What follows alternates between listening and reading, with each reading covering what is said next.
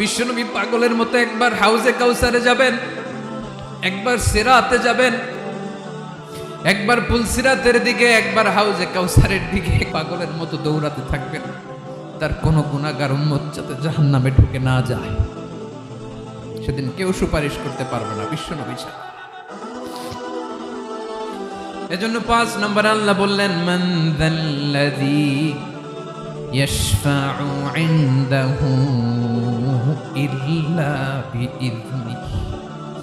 কার সাহস আছে, কার এত বড় বুকের পাটা কিয়ামতের কঠিন দিন আল্লাহর সামনে দাঁড়িয়ে সুপারিশ করবে? কারো ক্ষমতা, কারো ক্ষমতা নাই। বিশ্বনবী সেদিন সেজদায় পড়ে উম্মতের জন্য কাঁদবেন, সবাই কাঁদবে, নফসি নফসি, আল্লাহ আমারে বাঁচাও, আল্লাহ আমারে বাঁচাও। বিশ্বনবী বলবেন, উম্মতি উম্মতি। বিশ্বনবী আমার জন্য কাঁদবেন, আপনার জন্য কাঁদবেন, আমাদের জন্য সেদিন কেঁদে কেঁদে জাহান্নামের দরজায় দাঁড়িয়ে আমাদেরকে টেনে টেনে জান্নাতে ঢুকাবেন। এজন্য এই বিশ্বনবীর ভালোবাসা যেন আমাদের হৃদয়ে ভরপুর থাকে। আমার ভাইয়েরা, প্রতি শুক্রবার বিশ্বনবীর উপরে বেশি বেশি যেন আমরা দুরূদ পড়ি। আমরা যখন বিশ্বনবীর সালাম দেই, দুরূদ পড়ি,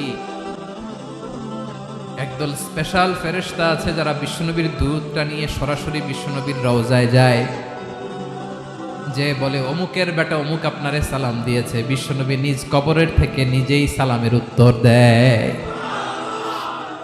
বিশ্বনবীর ভালোবাসা যেন আমাদের হৃদয়ে থাকে, বিশ্বনবীর সুন্নাহ দিয়ে যেন আমাদের জীবনটাকে সাজাই। পারা যাবে ইনশাআল্লাহ। বিশ্বনবীর ভালোবাসা ছাড়া কেউ জান্নাতে ঢুকতে পারবে?